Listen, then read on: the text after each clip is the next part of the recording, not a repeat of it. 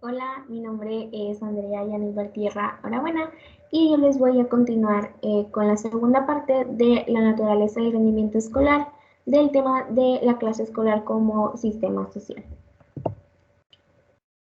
Y bueno, al principio tenemos que qué podemos decir de la naturaleza del rendimiento que se espera que tenga un alumno de primaria.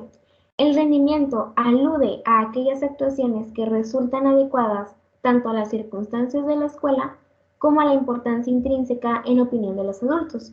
Y esta definición la podemos desglosar en dos aspectos principales.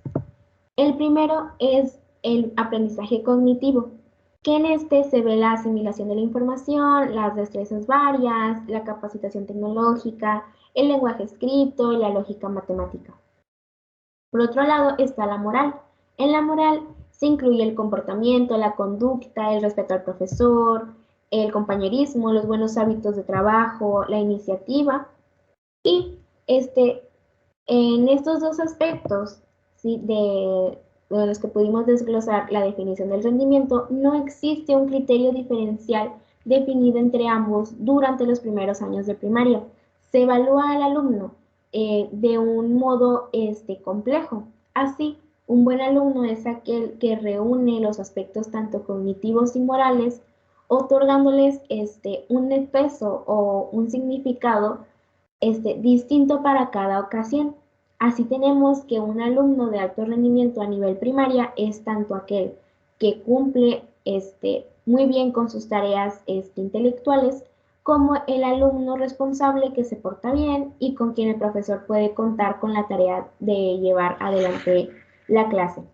Muchas de las actividades de la primaria no van dirigidas a poder calificar las capacidades intelectuales de los niños, sino a sus capacidades morales. Y esto es gracias al movimiento progresista, ya que ha tendido a desarrollar este aspecto de las cualidades morales en los niños como algo más complejo y problemático de no solo enfocarse en lo intelectual.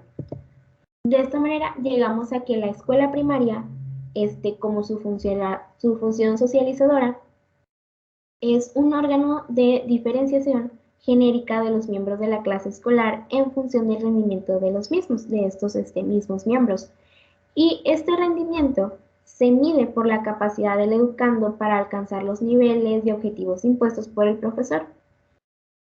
Pero en el papel de la clase como órgano de transmisión de los valores imperantes en la sociedad, el criterio de medición del rendimiento es la diferenciación de las capacidades respectivas para asimilar valores y a la vez actuar en constancia en ellos. Esta diferenciación que nos menciona aquí va a actuar como un pivote en el proceso de selección del papel y del estatus que los niños van a poder disfrutar en su vida adulta. Y bueno, pasando a el siguiente tema, encontramos el contexto extraescolar, dentro del cual prosigue todo este proceso. A partir de la clase escolar, surgen otras dos estructuras sociales en las cuales el niño se integra. En primer lugar tenemos a la familia, que la familia, el niño a esta edad pues todavía continúa viviendo con sus padres, todavía depende de ellos, pero poco a poco se va deslindando del ámbito familiar en el que estaba, en el que solamente era su círculo, poco a poco se va saliendo, pero todavía sigue ahí. Eh, un ejemplo es que los patios de las casas o las calles vecinas actúan como escenarios para la asociación infantil. Por otro lado está el grupo de los coetáneos o de los compañeros. Aquí el niño hace sus primeras amistades, hay una extremada fluidez de los límites de estos grupos, su asociación es voluntaria, el niño pues decide si quiere estar con este grupo o no, hay una rigurosa segregación por sexos, solamente puros grupos de niños, puros grupos de niñas, esta puede servir como un campo en donde los niños pueden ejercitar la práctica de su independencia de los adultos. Y también puede servir como un medio, también no adulto, donde el niño puede empezar a hacerse, a aceptar y a estimar. Y aquí también el niño empieza a generar su popularidad. Y bueno, la función social de la familia, pues poco a poco va quedando en segundo plano o empieza a ser secundaria, pero se mantiene con cierta importancia. Pero la escuela es una estructura dominada por adultos, a lo que hay que sumar que tiende a inducir al niño al mismo tiempo de identificación que tenía en su familia en la primera etapa de su vida. El proceso de potenciación de la motivación individual hacia el rendimiento escolar es un proceso de identificación con el profesor o con la profesora. Y este proceso consiste en esforzarse en hacer las cosas bien para complacer al profesor y en algunas veces también a los papás. Pero esto es igual a tal y como un niño pequeño aprende cosas nuevas para complacer a su mamá. Lo que realmente se asimila a través del proceso de identificación es un esquema de relaciones basados en los respectivos papeles, tanto de los profesores como el de los padres. Y bueno, en la escuela, el profesor posee un estatus superior a cualquiera de sus alumnos, tanto en sus conocimientos en las asignaturas como en las responsabilidades que tiene.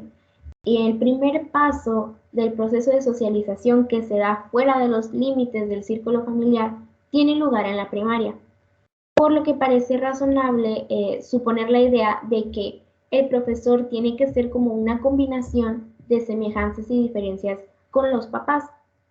Pero este profesor no está ligado por lazos congénitos, pero sí desempeña un papel de índole profesional. Y en este papel se enfrenta a unos alumnos que están ligados a él o a ella por lazos solidarios muy fuertes y lo mismo hacia los compañeros. A este nivel educativo, al nivel primaria, las profesores generalmente son profesoras, quienes ellas encarnan un papel que es continuidad del de la madre y tienen que actuar como un agente canalizador. Aquí el profesor también puede llegar visto a ser como un modelo y empieza un proceso de identificación del alumno con el maestro. La responsabilidad del maestro o del profesor tiene un carácter mucho más universal y se inclina hacia el rendimiento del alumno. Y bueno, eh, como les dije antes, hay un procedimiento para que el alumno llegue a identificarse con el profesor. Se ve potenciado este procedimiento porque el hecho de que en los primeros grados de primaria el alumno solo tiene un profesor o una profesora, del mismo modo de que el niño prácticamente solo tiene una mamá. Si la profesora se comporta como una madre, no habría evolución en el complejo de la personalidad infantil. Si bien el alumno suele tener una única profesora en cada año, cuando cambia de año, cambia de grado, cambia de maestra también. Y esto se hace para que el niño se vaya acostumbrando al hecho de que, a diferencia de su mamá, que solamente es una, las profesoras llegan a ser diferentes, pueden ser distintas y pueden ser intercambiables en cierto sentido. Por último, nos dice que la duración del curso escolar es suficiente para crear una relación afectiva con las maestras, con alguna determinada maestra o con todas, pero no lo es tanto como para que tal relación cristalice en algo excesivamente profundo como llegan a ser los lazos de las madres con los niños. Y bueno, esto sería todo de mi parte.